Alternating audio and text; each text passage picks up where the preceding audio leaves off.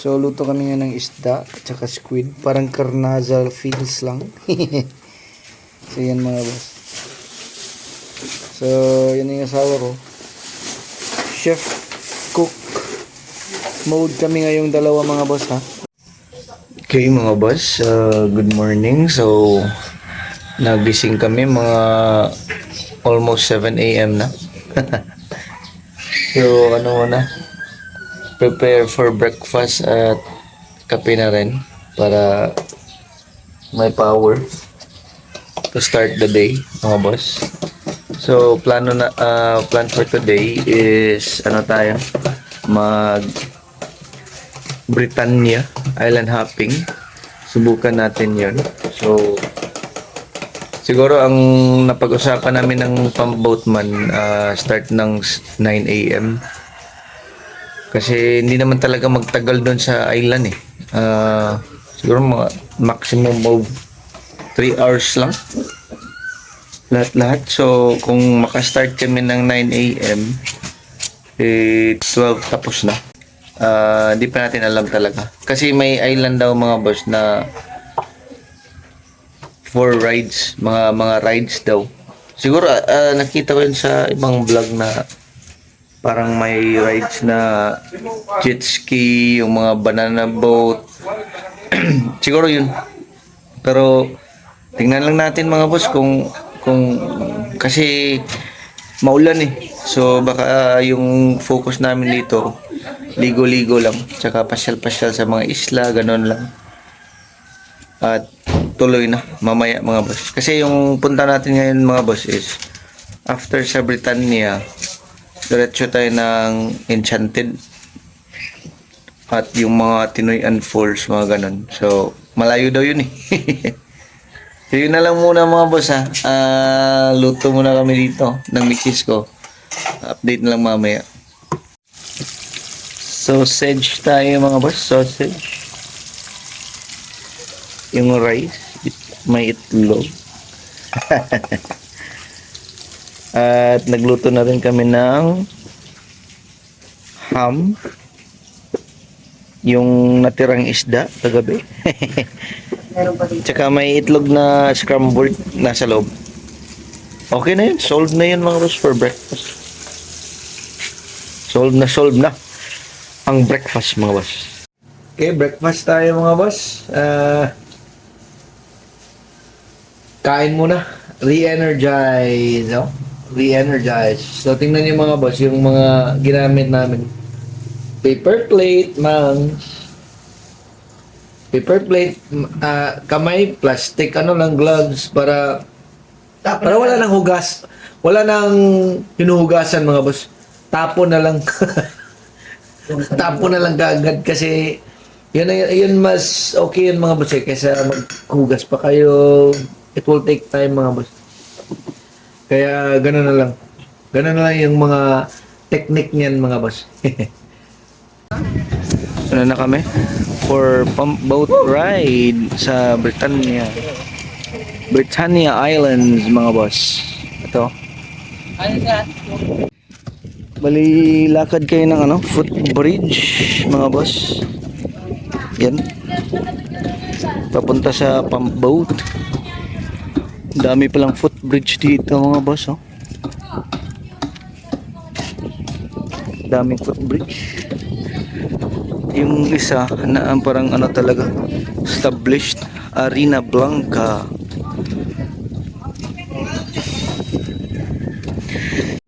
So bali yung pamboat na nirenta namin, kami ng 5, 2,000 pesos yun mga boss. Parang may fix yata yun eh. Fix yata yung try kong humingi ng discount. Sabihin talaga yung amount. So wala tayong magagawa dyan. So bali 4 yung islands na puntahan. 4 islands. So isa-isahin natin yun mga boss sa tour natin. At i-review natin per island. Yan yung isla na siguro nakikita ko naman dito mga boss ang lapit lang ng isla na puntahan. So, hindi siya ang Britannia Island hopping pala mga boss.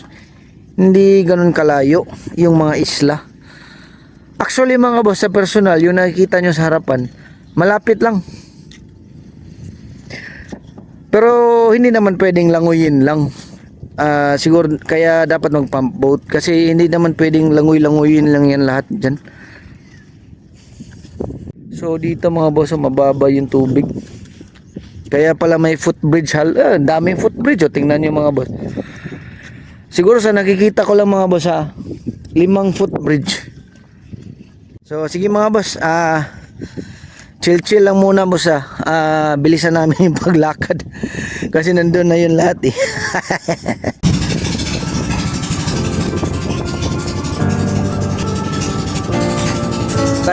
time check 9:27 AM. Umpisa ng island hopping.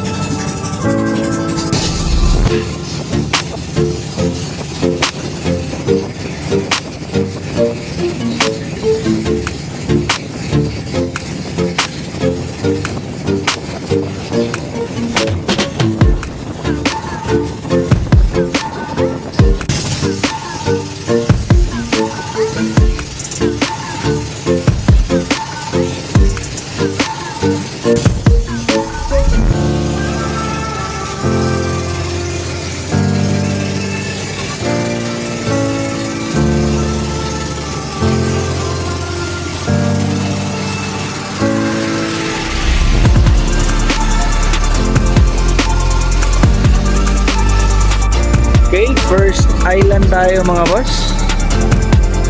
Ang pangalan ng island is Hagunoy. So ito yun mga boss White sand din talaga, white sand. Sarap. Sarap dito mga boss Pero ano to? Parang malalim pero saktong-sakto to mga boss kasi daming tao mga turista. Bali bike group pala talaga. Kami 5 lang. Family ko lang. Pero okay na yan mga boss. Okay na yan. Ito yung first namin. First Island of Hagunoy mga boss. Welcome to Hagunoy Island! Try nating i-explore yung isla. Medyo maliit lang siya na isla mga boss. Maliit na isla. Sa likod, ito yung sa likod. Medyo mabato sa likod. Pero white sand talaga. Powdery. Powdery white sand mga boss. Powdery white sand. Knock. This is Britannia. Okay din mga boss. Okay din. Anong masasabi mo? So, ito, napakaganda ng buhangin. Kasi, ano talaga siya? Pinong-pino. Tapos, ang ano lang dito is walang mabilan. Tapos, medyo maliit ang area. Kaya siguro, konti lang, mga 15 minutes ka lang pwede magstay. Kasi nga yun, para yung lahat ma-accommodate. Kasi masyadong maliit. Maliit ang lugar. Pero, kung titignan mo, malinis kasi nga wala nagbebenta. So, walang basura. Tapos dito medyo stricto sila kung may mga magkakalat, may mga fines talaga. Kaya nagbabantay nga doon, nakita ko kanina. Kaya siguro ganito kaganda. Untouched. This is untouched island. Tumpak mga boss. Maganda. Maganda talaga.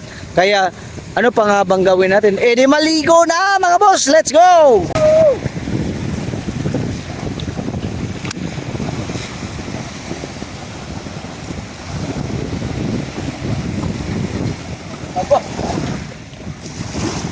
Mababaw!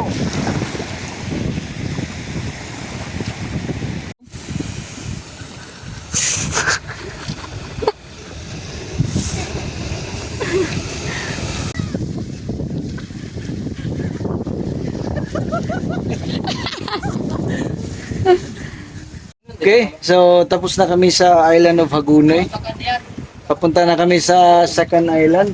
Basta mang, parang napagod ka. First island pa lang. Napagod ako nakaka-picture. Pagod na picture. Anyway mga boss, off to the second island. Let's go! So, second island mga boss, isang sandbar. Sa sandbar mga boss. Ha? Ano siya pangalan dong? Naked Island pala mga boss. Para ring Siargao. Naked Island. Yan mga boss. Ha? Naked Island mga boss. Woo! Touchdown, Naked Island. Welcome to Naked Island. Medyo ano siya. Yung sand niya is mas maganda yung sa kanina. Di masyado dito mga boss yung ano, Naked Island.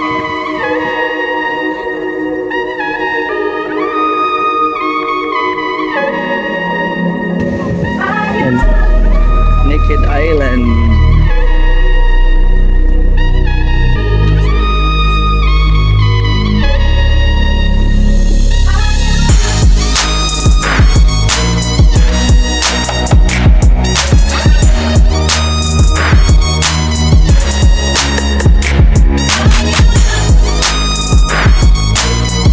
Goodbye for now, Sandbar.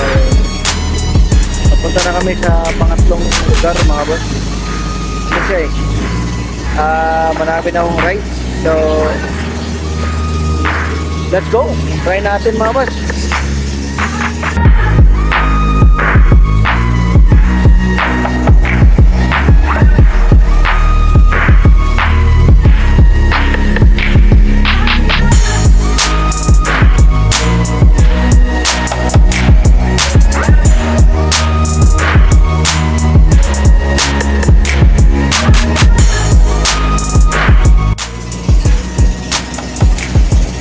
Third stop mga boss. So yung mga rides. Pangalan ng isla mga boss is Hiyuran. So you know, may mga ano sila available na banana boat, merong jet ski, ano to ibang experience din to So, Hiyuran Isla. Hiyuran. Let's try mga boss. Let's see.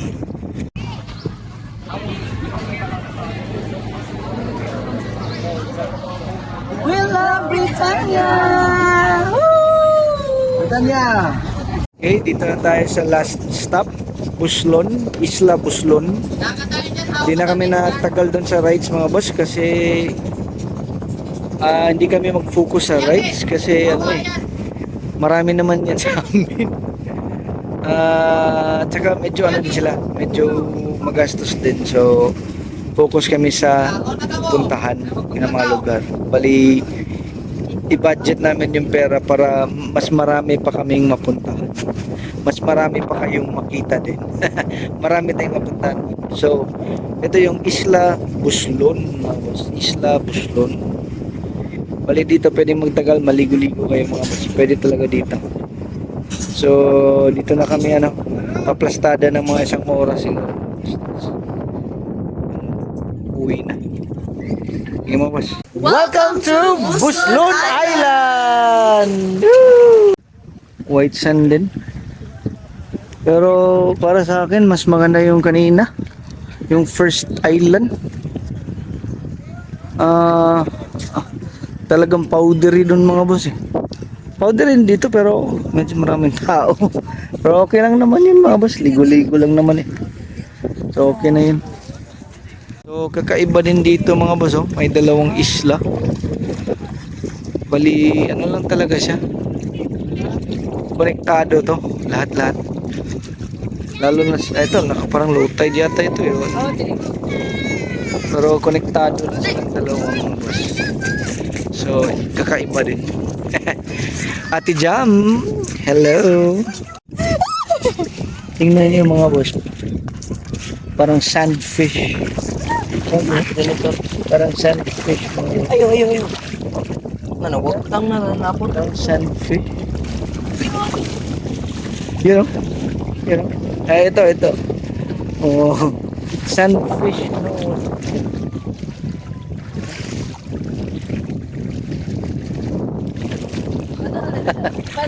Sand.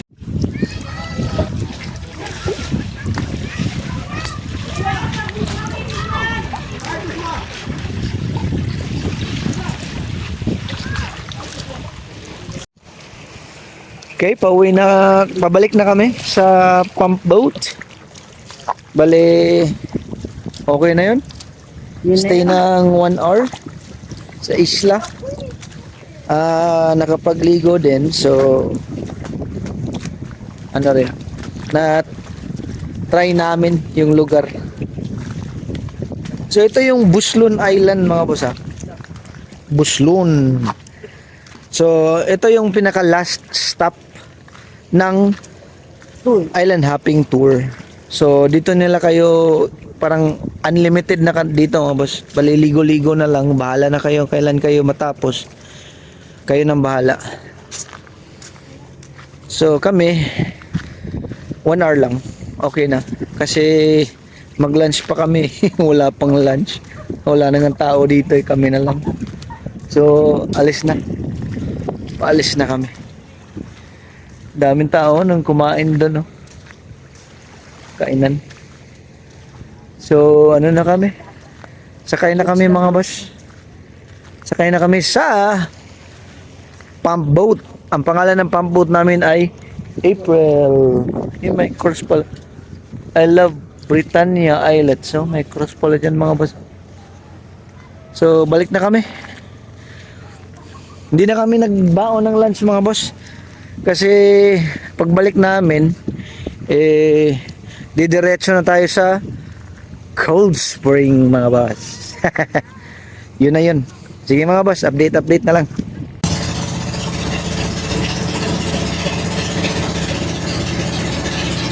So, ganun lang kadali mga boss.